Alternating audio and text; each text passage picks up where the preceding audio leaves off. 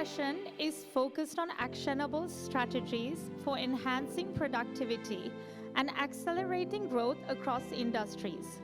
Dr. Jan Mischke, partner at the McKinsey Global Institute, will be joining us virtually to share insights on how productivity investments can drive impactful results. Additionally, Ms.Rehana Thowfeek, research consultant at Advocata, will join Dr. Mischke in discussing key takeaways and recommendations for Sri Lanka's growth strategy.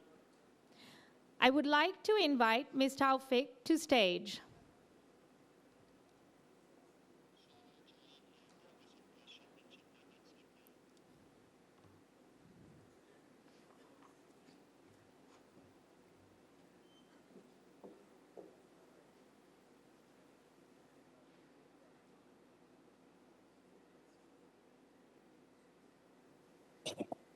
Good morning or good evening, everyone. It is a great pleasure and honor to be here and to speak about productivity for Sri Lanka more broadly. Why productivity in the first place? As it commonly goes, productivity is not everything, but in the long run, it is almost everything. Productivity is really what drives prosperity in a country forward, and it is much more needed now than it has ever been, as populations around the world, including in Sri Lanka, are aging. Workforces will peak and at some point shrink. Public finances again around the world and in Sri Lanka are stretched and need more growth to support them. We want to finance the net zero transition. We want to deal with geopolitical headwinds. So there's no more important time to think about productivity. It's been an important topic for a long time. Now it has become urgent on top. And there's a couple of good news, but also a few bad news that I would like to share in this session. The good news is there has been over the last generation, or about 25 years, a true global miracle as it regards productivity, which is sometimes not really appreciated how dramatic the advancements have been. And Sri Lanka was part of that miracle for much of that time. But more recently, its productivity trajectory went down. It will need to recover to where it's been or even above. And even more so, given that its demographics are really shifting or about to shift much more closely to where advanced economies are heading already. Now, the good news is the recipes are increasingly well understood. Getting on the fast lane on productivity is much about investment and also having the large firms who can do the investments and can do the innovations that are needed to drive a country forward. And then I'll conclude with a few thoughts on Sri Lanka, but also assume that there will be much discussion and other commentary getting more specific on that. If I look at the past 25 years, at a global level, labor productivity per person, so the value added per person employed, has jumped sixfold. At the median from $7,000 per worker to $41,000 per worker now, even after adjusting for inflation. And what used to be a little bit of a double bumped picture where you have the one hump around the 10,000 mark for emerging and low-income economies, and then again at the $120,000 mark for advanced economies, has converged to a single humped curve that includes economies around the world. And Sri Lanka today is operating quite close to that median alongside economies like China. So just 25 years, a six-fold increase in productivity and in prosperity and in living standards. Drilling a little bit into that in terms of how it evolved over time and how different regions have fared, what you see here is the productivity growth, annual productivity growth on the vertical axis, and on the horizontal axis, maybe a bit unusually not the timeline, but the starting point or the productivity level that a country had in each given year. And what you see is that there's economies like, of course, well-known China at the top left corner here, that had very fast productivity growth rates, partially above 10%, but at very low starting points of about $10,000 per worker starting into this period in the late 90s.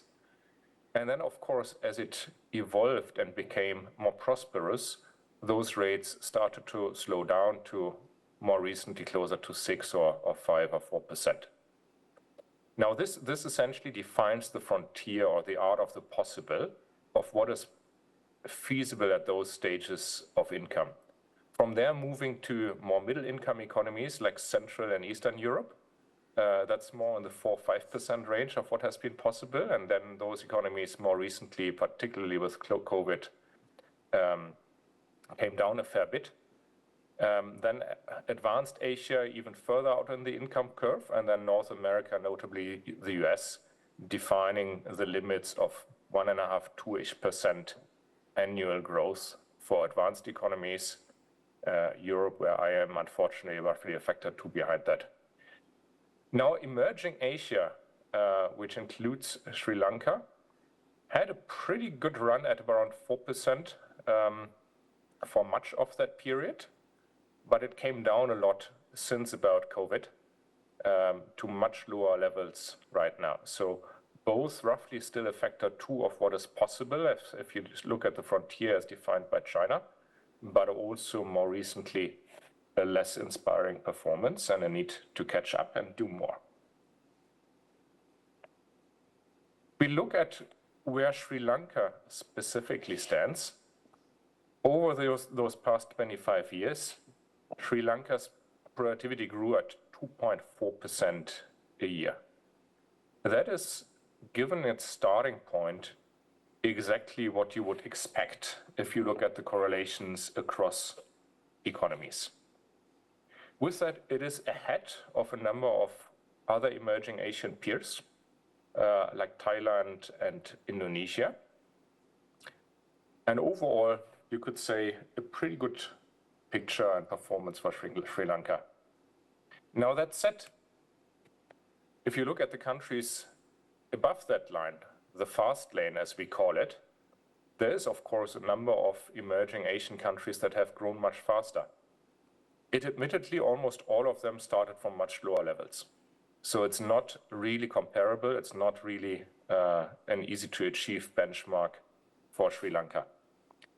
But if we move across to other geographies and include Central and Eastern Europe, then you do see that there have been a number of economies that have grown at almost twice Sri Lanka's productivity rates at comparable starting points in terms of income. And that those might be good benchmarks for Sri Lanka to learn from and aspire to get back to those kind of rates and achievements.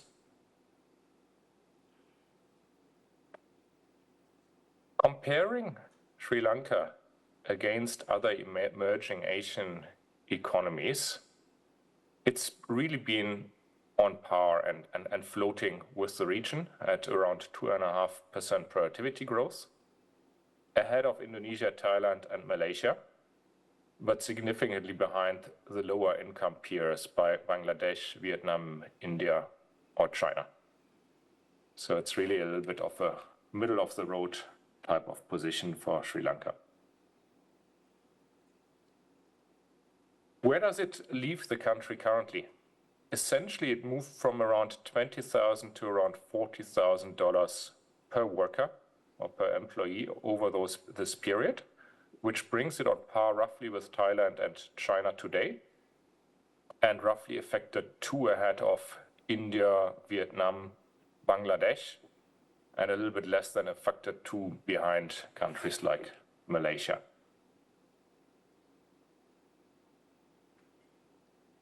But what happened over time?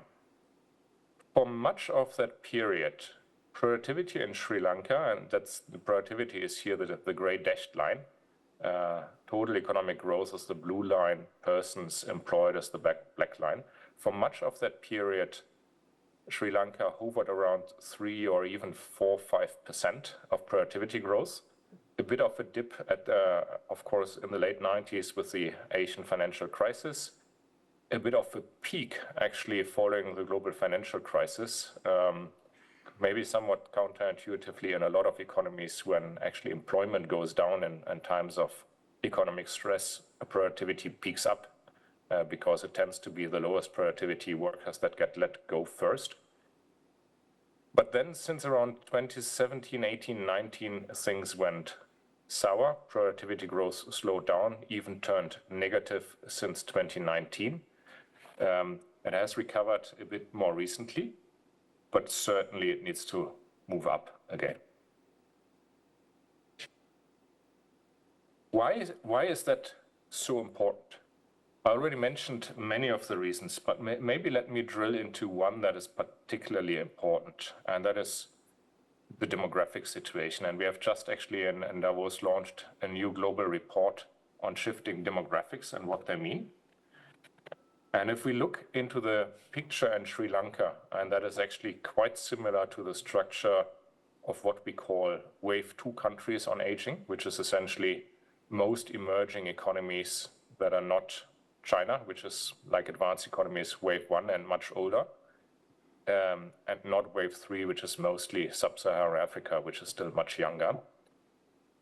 Then Sri Lanka's old age population, those above 65 years, is going to roughly double from, or more than double, from about 3 million today to about 7 million by 2080.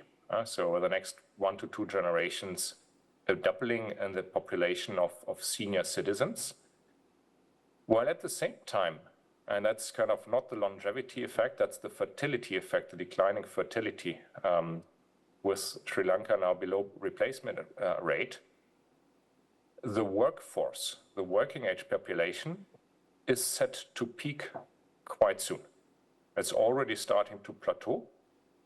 Growth by means of workforce growth would entail significantly in increasing the participation of people in the workforce, but it would not happen just by means of having more people in working age, and would then materially decline from the mid-2030s. And in terms of support ratios, how many workers are there to support old people who tend to be in retirement? That number has already come down from around 12 in the late 90s to 6 today, and would move from here to around 3, which is roughly where Europe is today. And of course, that essentially, if you have half as many people supporting retirees, you better double your productivity to do the job. It also has immediate effects on economic growth and prosperity growth. If we look at GDP per capita, then over the last generation, Sri Lanka got a 0.7% annual dividend from demographics. That is essentially the growth in working age population as a share of the total population over this period. Young people essentially moved from their educational age to the working age, added to the workforce, and drove growth in the country. Over the next generation, that dividend will be half as much as it has been.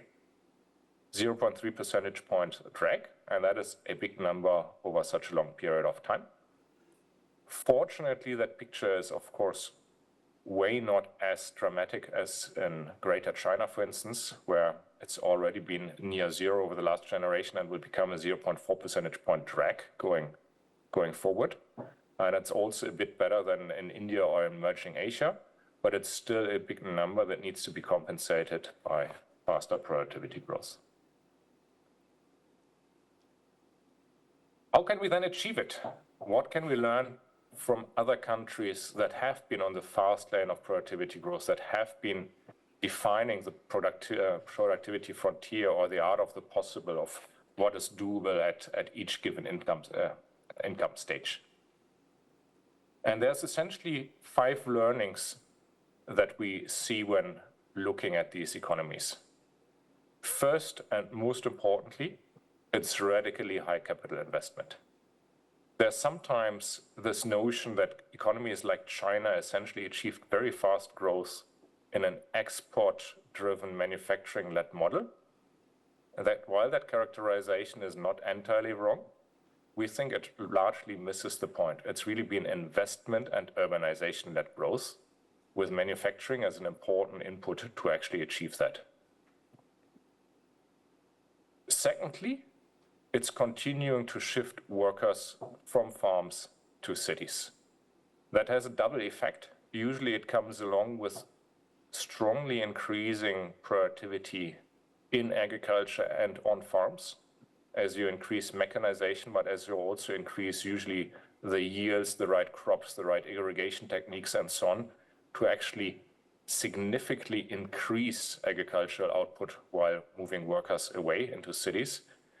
But then it also has the effect that people then usually move to much higher productivity jobs in services in cities. Thirdly, it's distinctively high productivity growth in services. Services are sometimes underappreciated in economic development, but they are where most workers are going. Many of them are highly productive. Just think telecommunications, financial services, healthcare, and so on. Those are actually highly productive and highly educated services. And without service productivity growth, there can be no prosperity in a country. And fourth and last but not least, it's a sophistication, internationalization, and growth in manufacturing output, but importantly, not necessarily and usually not manufacturing employment. Going through those in turn, radically high investment. If you look at fast lane economies, all of them, whether it's Bangladesh, Vietnam, India, and of course China, achieved around 4 percentage points of contribution to their productivity growth purely from employing more capital per hour worked. So more machinery for your workers, better industrial and service sector property, essentially more automation, more investment also in IP to make your workers more productive. Quite in contrast to what Solo has said back in the days that most productivity is around TFP, total factor productivity, so the residual after you actually subtract what you get from more capital. If we look at more recent data, if we look at more global data, most across emerging economies, a lot of the innovation you can essentially buy and embed it in the extension of capital per hour. So this has really been the most important source of growth, around 80% of productivity growth over the last generation globally. Sri Lanka also benefited from that, slightly less than China. It did actually fall back on other factors on the innovation front, and of course it also didn't maintain the same capitalization over the period and will need to recover where it has been on that in the past. So if we look at that over time, you see here the investment rates of Sri Lanka hovering around 20-25% of GDP, with a significant collapse following the Asian financial crisis, and then again a significant collapse over the more recent years. Whether or not a country should now aspire to go as radical as China at like 40-45% of GDP, there's of course lots of pros and cons, and maybe China is currently overinvesting. But the current rates of around 20% of GDP are not consistent with the levels or rates of growth that Sri Lanka will need or want to achieve.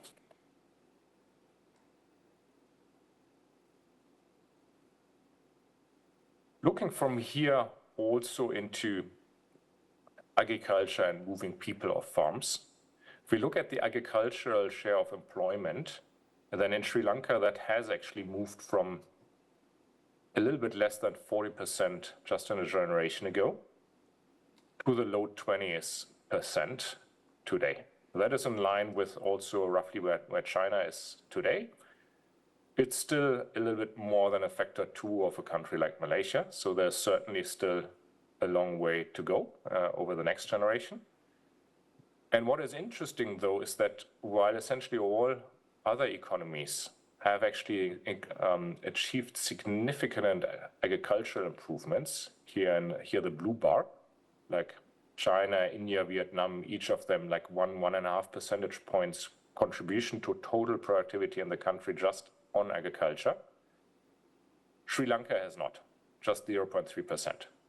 So what is it in the agricultural sector that is holding productivity back? What is being produced, how it is being produced? There are certainly things to learn. Also interesting, roughly the same amount of productivity fast lane economies got from moving people to more productive service sector jobs in cities. And Sri Lanka has apparently not been as able to achieve that same feat. Only 0.3 percentage points contribution from that, as people essentially moved into lower productivity, maybe even partially subsistence service sector jobs, rather than the highly urbanized, highly skilled ones that would really make a difference to productivity. So a lot of room for continuing to improve the economic fabric, moving people into proper city-type jobs, rather than just kind of leaving them off the farm and not giving them the right employment thereafter. Looking at services, there has been actually a decent performance. So the change in service employment share of total employment, about 8 percentage points over this generation. That is roughly on par with other fast lane economies. And also the productivity growth in services itself has been decent at about 2.5%, and productivity growth in services tends to be more difficult than in manufacturing. So that is a fairly decent rate, but it simply apparently hasn't been enough of the more high quality service sector job creation to really give the right opportunities to people leaving agriculture. Now, manufacturing, that's of course an obsession for many people in economic development, as we are now also experiencing even in the US with the new administration. And to be clear, manufacturing is very important. You cannot become an industrialized nation without industry. So clearly manufacturing is very important. Manufacturing is essentially also what delivers many of the industrial goods, capital equipment, and so on that drives service sector growth, whether that's the coffee machines in restaurants or the agricultural machines for farms, or the building materials to actually build the cities you have. So manufacturing expansion and output is critical for economic development.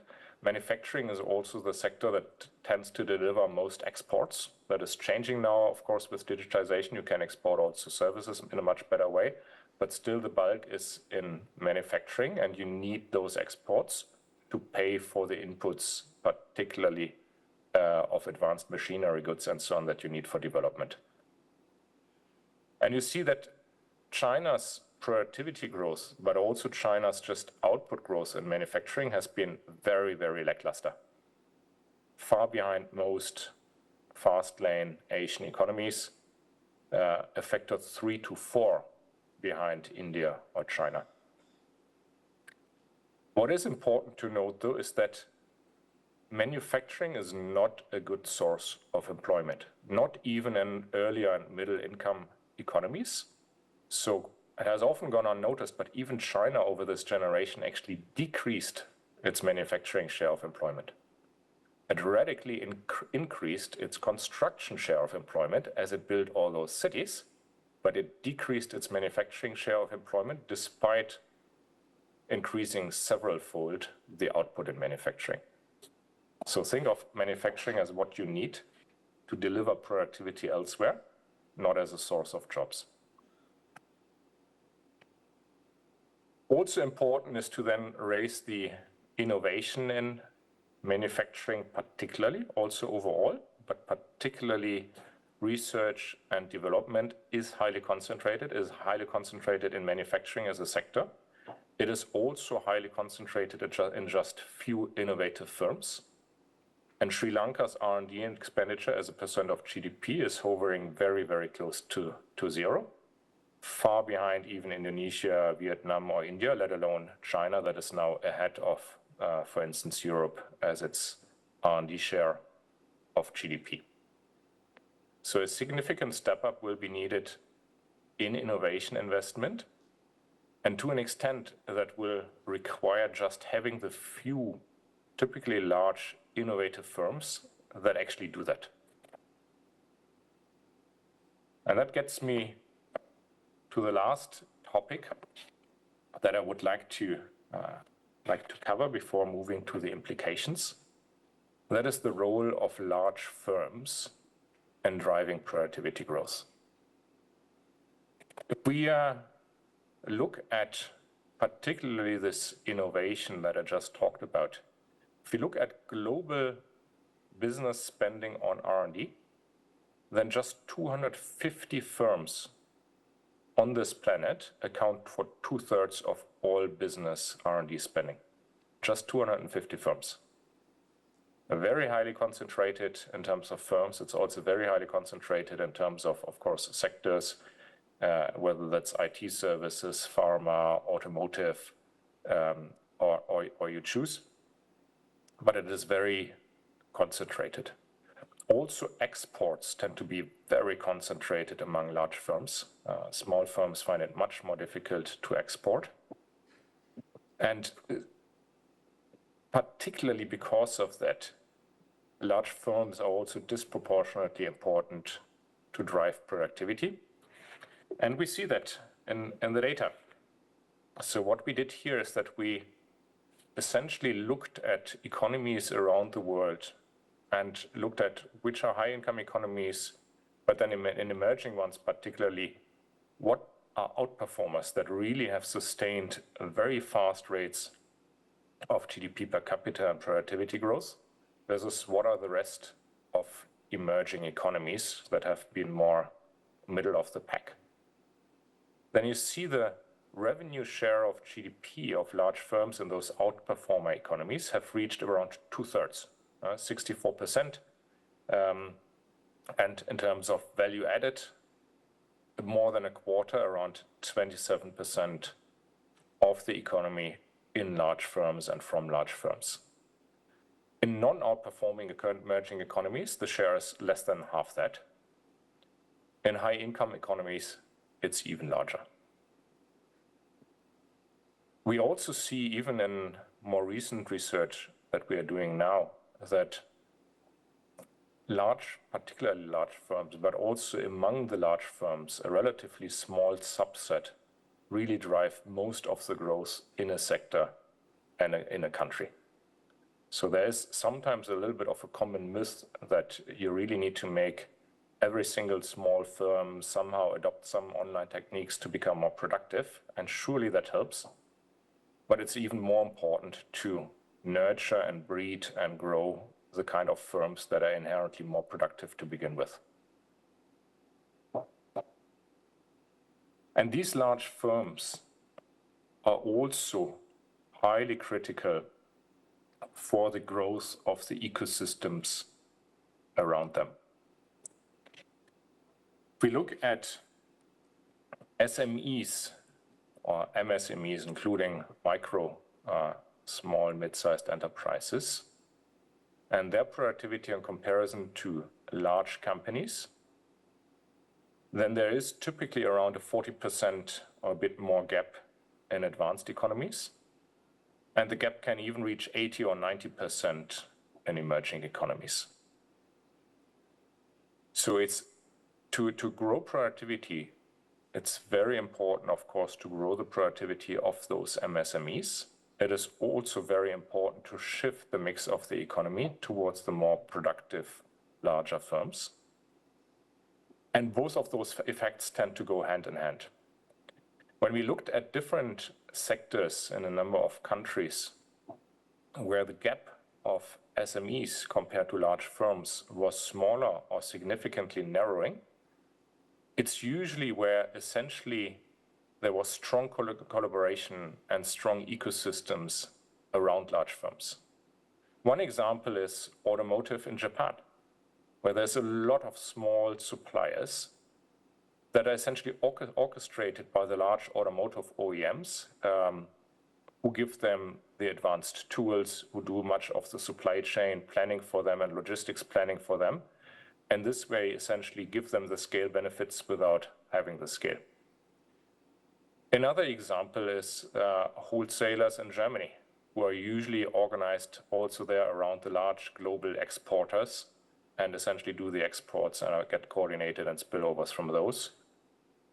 But there's also maybe closer to Sri Lanka situation, there's also ways to try and achieve that by means of a government intervention. So if you look, for instance, at winemaking in Italy, this is another sector where MSMEs are very proactive, particularly compared to large firms. This is where a lot of scale advantages were achieved by the associations, winemaking associations, and the public sector, essentially providing a lot of sharing of capabilities, of equipment, doing source marketing, joint branding, and so on, to boost the productivity of small producers in that sector, in that region. So where does that all leave us? We had America, we had Sri Lanka falling behind more recently. We had the importance and the urgency of turning that around with the demographics, but also the fiscal situation, the geopolitical situation. And we've seen investment as the unlock and large firms are the unlock. So let me just put up a few questions for discussion, and I hope there will be lots of additional comments and ideas during the day. 4 themes. One is urbanization and infrastructure. When we talk about investment-led growth, it is first and foremost urbanization and infrastructure-led growth. This is essentially what shapes the modern economy. The rate of urbanization is extremely closely correlated with GDP per capita. And also the statistics suggest Sri Lanka still has a long way to go, maybe on urbanization overall, but maybe also specifically on building the large modern cities that can take the economy forward. There's often a question then on how do you achieve that? How do you finance that? How do you actually find the funds for all the infrastructure that you need to put in place? How do you find the funds for all the real estate that you need to build? 2 sources on that. One is land value capture. This is really the key unlock also, has been the key unlock for China. And it is a massively underappreciated lever in most advanced economies and also in much of advanced economies development literature. Essentially, a land on which you build cities becomes very valuable. And as you rezone it, as you build the infrastructure, you unlock a lot of value that you can either just give away to the developer or that you can use for financing. And that one approach is, of course, what China has been doing. You're essentially just selling off the land development rights, and with that do most of the regional government and city financing. But of course, there's also other ways. You can work with property taxes, as is more common in the US. You can essentially enforce developers to bring in the infrastructure or create the affordable housing and so on as you need, as is common in areas of, for instance, in Spain and much of Spanish-speaking Latin America. But land value capture is an important theme. The other thing is the right financing structure. Investment does need financing. It's often not the same people who have the money and the people who need to invest. So you need a good financial infrastructure to provide the finance to those people who invest, whether that's in those cities or in more entrepreneurial businesses and the formation of large firms. The second big theme is a diversified economy. As mentioned, manufacturing is really no panacea. It is more an ingredient that you need. You need it for the export revenue generation, you need it for the innovation, you need it for the building materials, and so on. So what are the opportunities here for Sri Lanka? Is there more that can be done around any of the commodities that are found and being exported in Sri Lanka? Can there be much more value being added around those? Is this an opportunity now to benefit from the friendshoring trend that we see clearly bearing out in the data as geopolitics are reshaping? And is there an opportunity to create the environment that invites larger firms from abroad, but also nurtures them domestically? The third topic is the institutions. If investment, building up large firms, urbanization is the key unlock to productivity and to prosperity, stable institutions are a sine qua non condition for that. Investments do not happen at scale or at the needed scale amid large uncertainty. You will need a stable macro environment. You will need the institutional strength and the regulatory stability to give some amount of certainty that the investments will pay off. And of course, you will also need the type of skills that are required to make the investments work out. But it's really this investment that is the key to unlocking growth. It could be even as much as a factor 2 as it is today. If you take China as a benchmark, you could double the investment rate in Sri Lanka, and you wouldn't even still reach China's rates of investments at similar current starting points of productivity. This is how far you might push the envelope here. And I will leave us all with that as food for thought as we move to the discussion. Thank you. Thank you for this insightful presentation, Dr. Mischke. We now have Ms.Rehana Thowfeek, research consultant at Advocata, who will lead us through the next Q&A session.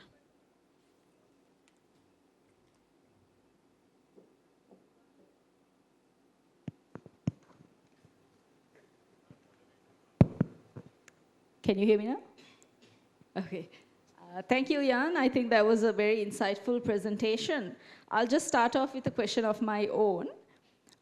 In your presentation, you remarked that Sri Lanka's productivity is on par with China. I think this may come as a surprise to many people. I know I was certainly surprised to see that statistic. So just a very technical question on that. Does the calculation, when you say productivity per worker, does that include the public sector? That's just one technical question. And then second, on the same point, you also showed that Sri Lanka's productivity comes mainly from services rather than agriculture or manufacturing. So that is probably services like ICT, telecom, and perhaps even the retail sector. So should Sri Lanka continue to focus on these sectors, or should it look at manufacturing, agriculture? What are your thoughts on that? Yeah, thank you very much for those questions. By the way, there's a terrible echo, which makes it difficult to understand, but I'll try my best. So for the data, we use here the conference board data globally for productivity. It's essentially the total value added in an economy per worker, and that includes the public sector. So it does include everything. The one thing to keep in mind, the GDP per capita in China is still a good deal ahead of Sri Lanka, because currently in Sri Lanka, the employment rate and the participation rate, at least as measured, and we can discuss that in terms of what the informal employment and so on has to do here, is much lower. So Sri Lanka, in a way, gets a little bit of lift up on the productivity per worker just by having maybe a little bit fewer workers relative to the total population than other economies. When we think about the role of sectors, so the service sector has been and will be the most important source of employment. There's almost no other example of economic growth and development to defy that. So it's very important to keep it productive, and Sri Lanka has done a decent job of it, but not a phenomenal job. That is sometimes, of course, a matter of which type of sectors you build up. Like I mentioned, that you may need a stronger financial sector, for instance, also to fund some of the urbanization, real estate, and other investments. Those are sectors that inherently tend to have a relatively high productivity, and expanding those, also utilities, infrastructure, services, telecommunications, and so on. Those are sectors that have inherently high productivity and are very worthwhile building out. But also other service sectors can have big boosts in productivity. If you take retail as one example of probably one of the oldest sectors on this planet, it has actually also even been in advanced economies a constant source of very strong productivity growth. Whether that's moving from mom and pop stores to modern format retail, whether it's within modern format retail, moving on hard discount models and big box retail, whether it's moving much more online. There's so many things that can be happening in retail, but also like moving the value out in areas of convenience and so on. So even very traditional and not usually kind of considered very advanced services can be sources of significant productivity growth. That said, Sri Lanka has not managed to get as much out of the productivity opportunities in agriculture and in manufacturing. So those should not be neglected. Quite to the contrast, it should be particularly focus and emphasis, because this is where the gaps to fast lane emerging Asian economies have been largest, and there's most opportunity for catch-up. Thank you, Jan. There's a question from the audience.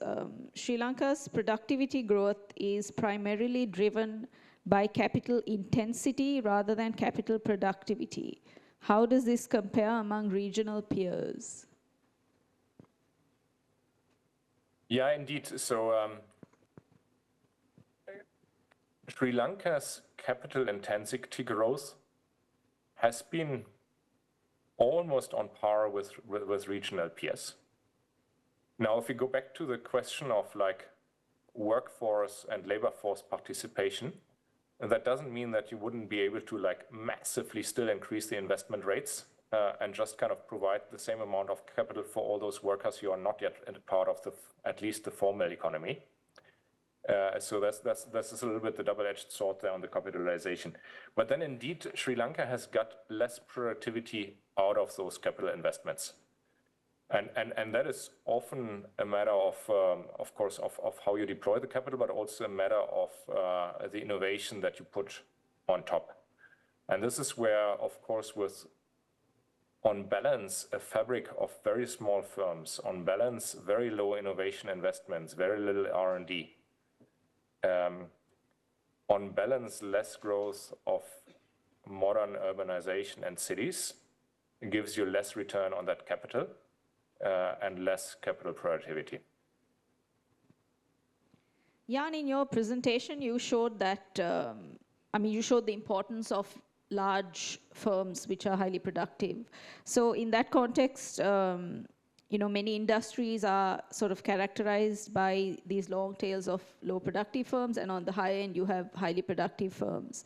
So what should governments do to help the long tail catch up with the highly productive firms? Yeah, from an economic perspective, and there are, of course, also a lot of like societal, social agency and so on perspectives outside of economics. But from an economic perspective, the best SME policy is any policy that is geared toward helping those firms become large.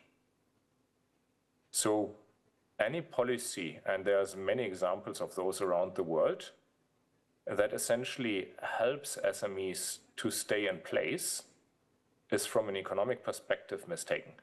It could still be the right thing in terms of poverty reduction, in terms of societal choices, and so on. So I wouldn't argue from a broader perspective, But from a pure policy perspective, pure economic perspective, the primacy must always be allow large firms to grow, small firms to grow, or enable them to grow to become large. And while some of them actually are successful in their journey, automatically others will fail and essentially their employment will shift to those large firms. That is the most important channel. But then the second avenue is, of course, also to create those networks of small firms. Create networks of small firms with large ones that they can learn from, that they can supply to, whether there are spillovers in knowledge and processes and so on. Build networks of small firms just by means of building associations, by means of government coordination, so that they can learn from each other and build scale beyond their own organizational boundaries. Just following up on that, there's an audience question which has come in. What are the key macroeconomic reforms which are essential to improve Sri Lanka's productivity and to drive sustainable growth? Yeah, I hope that we will have also other speakers and discussants who are there closer to the situation in the country. But if you are with me and like follow me on the primacy of investment for really driving growth and prosperity going forward, then essentially you need everything that is required to unlock investment. Yeah? And often that is a lot about stabilizing demand, stabilizing the macro outlook. That is sometimes underappreciated. People often don't think about demand as an ingredient to productivity, but it is actually probably one of the, if not even the most important ingredient. And it's one of the reasons why, for instance, also Europe has been so radically behind the US over now 15 years, because it got the macro policies following the global financial crisis terribly wrong. Way too little stimulus, way too much obsession actually with monetary policy, while quite frankly, low interest rates usually don't entice much investment. So it's getting the demand up, whatever that exactly would require in Sri Lanka. And it's on the other hand, getting the business investment environment right. So simplicity of regulations, but also stability of regulations and of governance is the second most important ingredient. So if I would probably just focus on those two. There's of course a lot of other things that you can do, should do, from urbanization and infrastructure that creates spillovers for more investment and so on.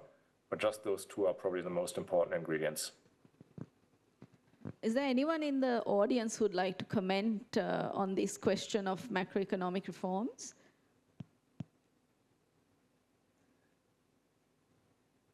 I don't see anyone, so Jan, you're on your own, I suppose. There's a very technical question, and I think you can answer that quite fast probably, from the audience. How is productivity growth calculated? Yeah, so productivity is calculated as gross value added per hour worked or per worker. Most of the analyses that are presented are per worker as a simplification. Where gross value added is essentially at full economy level, you can imagine it as GDP. It's very close to GDP. At a firm level, it's essentially the revenues that a firm creates minus the costs it has from external suppliers. So it's really like the value it delivers on top of the inputs it purchases. And then, of course, it gets adjusted for changes in prices. So it gets adjusted for inflation so that you have real GVA growth and then divided by the number of workers or the number of hours. Thanks, Jan. In the McKinsey Global Institute, in its previous research, has stated that by simply improving the organization of functions and tasks within an organization, you can improve productivity without new investment. Could you please elaborate on that?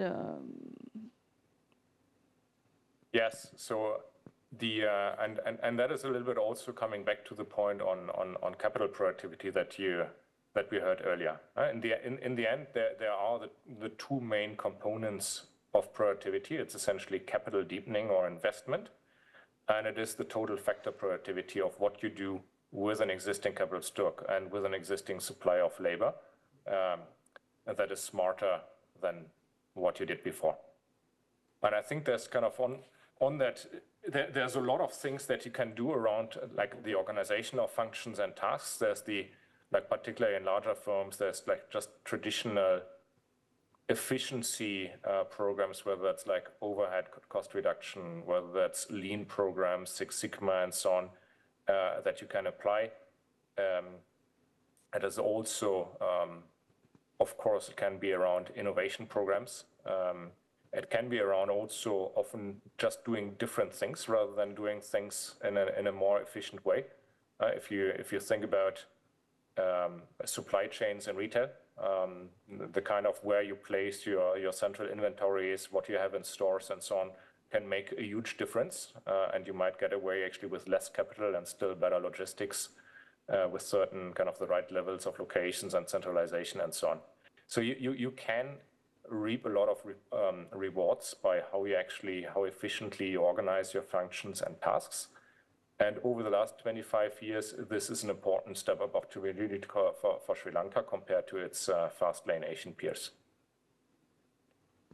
But still, kind of just to keep that in mind, globally, 80% of productivity growth over the last 25 years has been investment and capital intensity growth.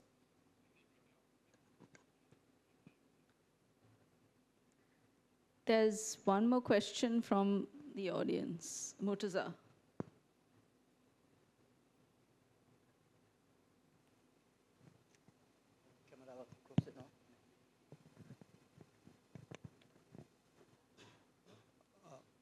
Almost 20 years ago, Jan, I read your former head of the McKinsey Global Institute, Bill Lewis's book called Power of Productivity. And I think he wrote an op-ed somewhere. He said governments should put the interests of consumers foremost. Yesterday, which was the first day of our conference, we also had a presentation on trade. And it was shown that Sri Lanka has a very anti-trade regime. There's a trade bias because there's excessive amount of protectionism. Can you explain to the audience the importance of competition and open trade in driving productivity growth? I think there was a really strong issue. This was mostly around what you do in terms of trade and the shift to protectionism. Is that, have I understood that correctly? Yes, and why governments should prioritize the interests of consumers ahead of those of producers? Yeah. Jan, if you could respond very quickly, we've run out of time, unfortunately. Okay, so there is, of course, a growing tendency for more protectionism, for more trade barriers. From a global productivity perspective, that is, I think, undoubtedly a really, really bad thing. Global connections, global trade have been a big boost to productivity over the last decades. We have actually even seen that one of the most important contributors to productivity growth, for instance, in Europe and the US, was the offshoring to lower cost economies and the focus on higher value activities. And it has actually been the end of that offshoring wave in the early 2010s that led to the slowdown, rather than the absence of manufacturing. So a lot of the current thinking there is really mistaken. That said, I think to an extent it is what it is. So for Sri Lanka as a relatively small economy, of course, trade is even more important, and it's really about now finding out who are the right partners here for that trade, and how can Sri Lanka maybe benefit from aligning with the right partners as there's tensions building up elsewhere.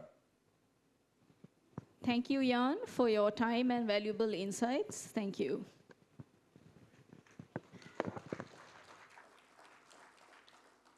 Thank you, Dr. Mischke and Ms. Thowfeek, for your valuable insights on productivity and the fast lane to growth.